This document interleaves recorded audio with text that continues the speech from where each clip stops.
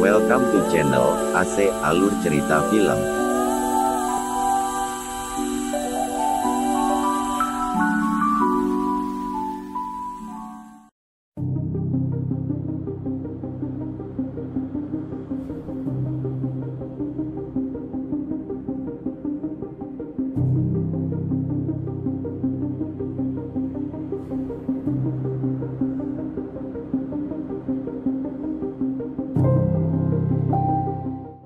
Film dimulai ketika seorang wanita menjelaskan efek samping insomnia kepada siswa di kelasnya.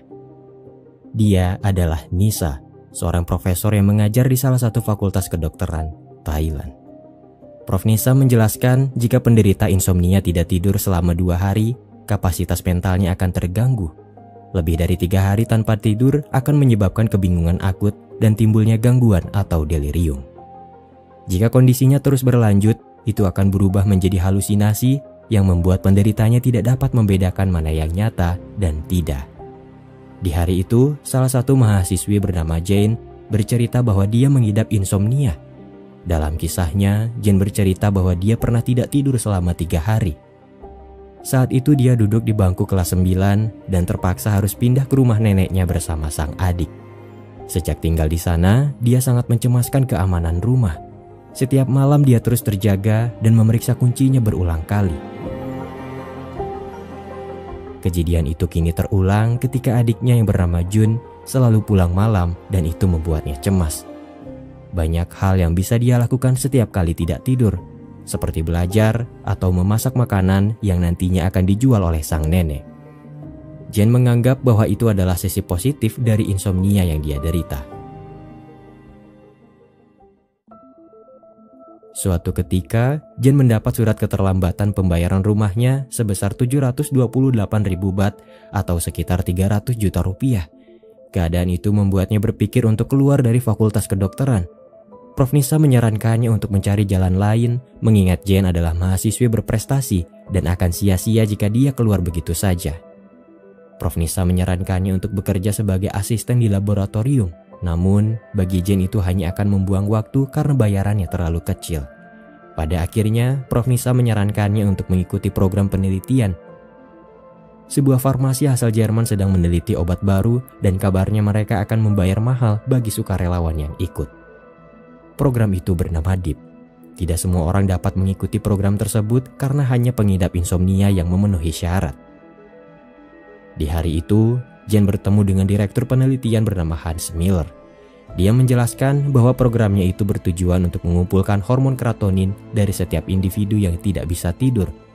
Hormon keratonin hanya bisa dihasilkan oleh tubuh manusia jika mereka beraktivitas.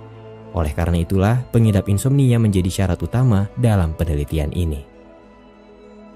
Hans juga menjelaskan bahwa penelitian itu memiliki 3 tingkat kesulitan.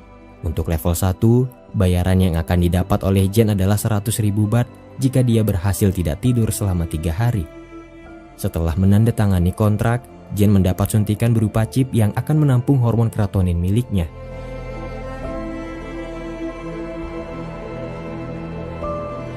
Dia juga mendapat jam tangan khusus yang akan mengukur jumlah keratonin dalam persentase. Jika sudah 100%, Jen harus segera kembali ke lab untuk mengeluarkan chipnya.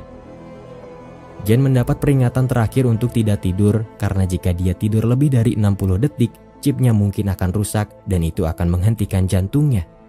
Dia juga tidak boleh menceritakan program ini kepada siapapun karena semuanya sudah diatur dalam kontrak perjanjian.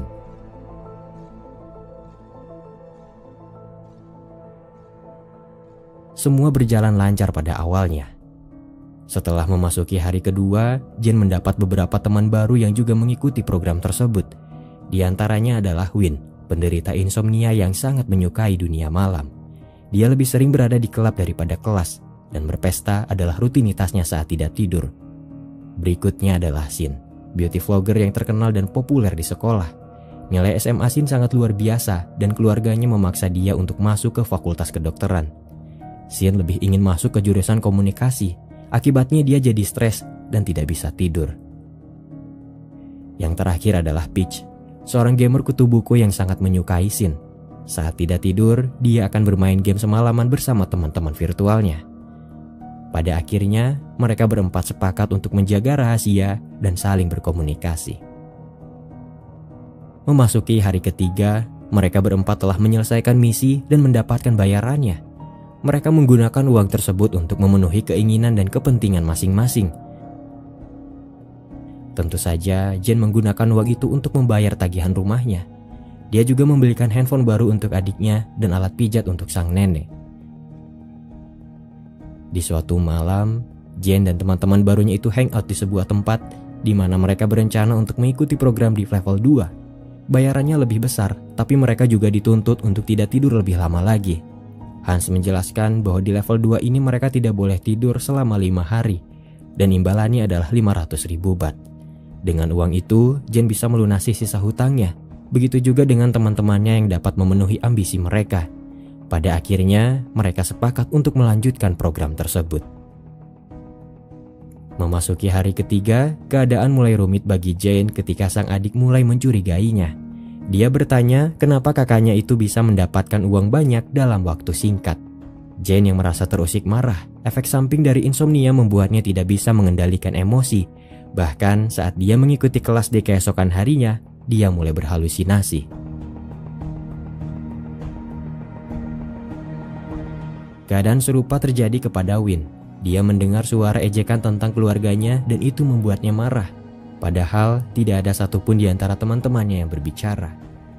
Saat berkumpul, teman-teman Jen menyadari bahwa krotonin yang mereka hasilkan tidak secepat biasanya. Di antara mereka hanya Win yang lebih unggul. Jen menduga bahwa aktivitas yang mereka lakukan mempengaruhi hal tersebut. Pada akhirnya, mereka mengikuti cara Win untuk tetap terjaga di malam hari dengan cara berpesta.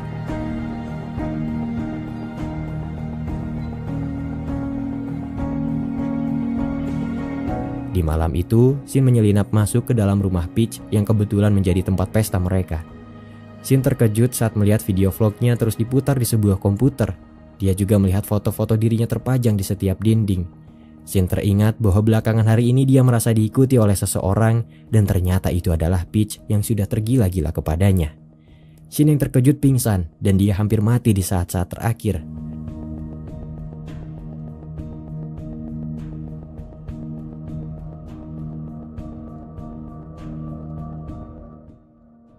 Sejak saat itu, Jane dan teman-temannya sepakat untuk tidak melanjutkan program tersebut ke level berikutnya. Pertemanan mereka pun mulai retak ketika Shin tidak bisa memaafkan perbuatan Peach. Sementara Jane, dia menjauhi Win untuk mengejar nilainya yang tertinggal. Keadaan tenang untuk sementara hingga akhirnya korban deep yang lain mulai bermunculan. Bahkan salah satu di antara mereka ada yang ditemukan tewas.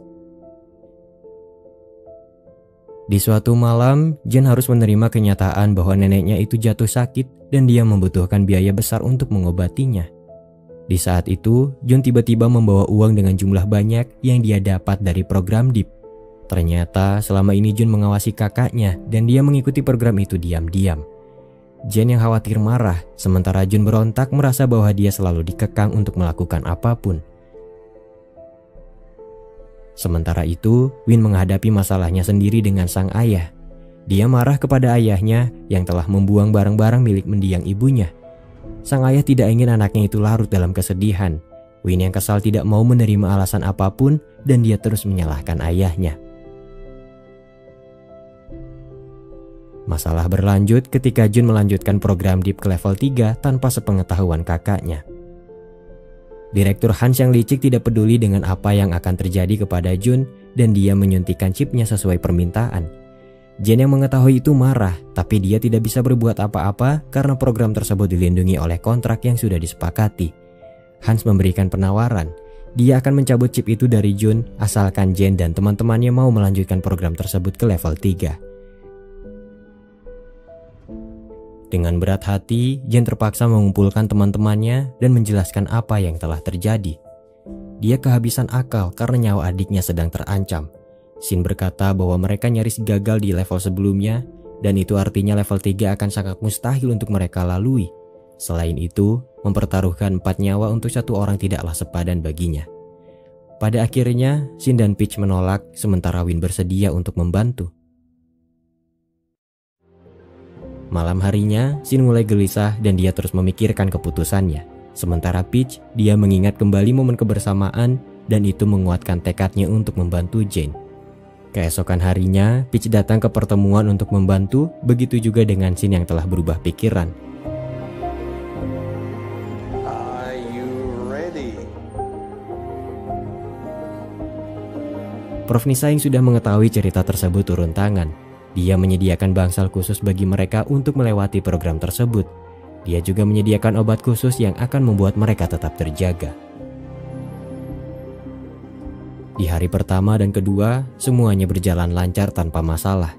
Mereka berusaha sekuat tenaga untuk tetap terjaga siang dan malam. Hingga saat memasuki hari ke-6, satu persatu di antara mereka mulai berhalusinasi dan sulit membedakan kenyataan. Mulai dari Peach yang melihat medan perang dalam permainan. Shin melihat benjolan pada wajahnya dan itu membuatnya frustasi. Jane melihat adiknya kejang-kejang, sementara Win mulai menyakiti dirinya sendiri. Keadaan semakin rumit ketika mereka semua saling menyalahkan satu sama lain, bahkan saling menyakiti. Di saat-saat genting seperti itu, Jane berusaha menghubungi Profesor Nisa, tapi dia sulit untuk dihubungi. Saat mencarinya, Jane menemukan fakta yang sangat mengejutkan. Ternyata selama ini Prof Nisa adalah dalang utama dari program mengerikan tersebut dan dia mengatur semuanya di balik bayang-bayang. Setelah menceritakan semuanya kepada yang lain, Jane berusaha memanggil polisi, tapi tidak bisa karena Prof Nisa telah memutus sinyal dan mengunci bangsal tersebut. Keadaan semakin kacau ketika Win jatuh pingsan dan melewati batas waktu.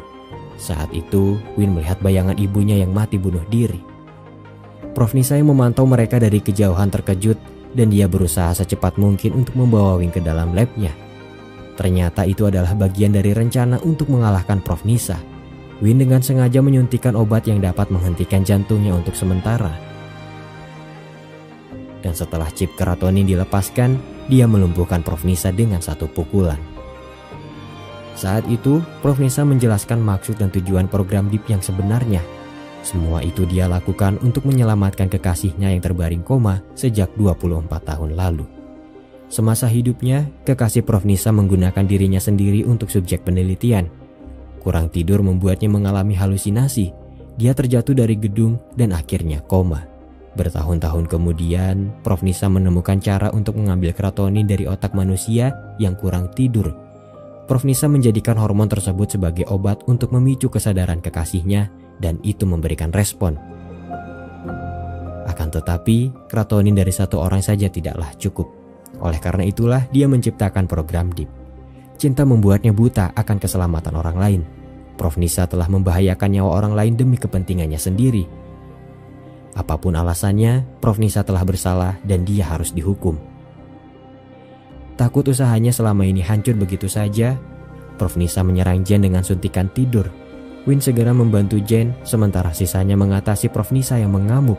Untunglah Jane berhasil diselamatkan sebelum waktunya habis. Di hari yang tragis itu, Prof Nisa ditangkap atas penelitian berbahaya yang dia lakukan. Semua siswa yang terlibat dalam program DIP sudah dilepas chipnya dan tidak ada yang mendapat bayaran untuk DIP level 3. Semuanya mendapat akhir bahagia.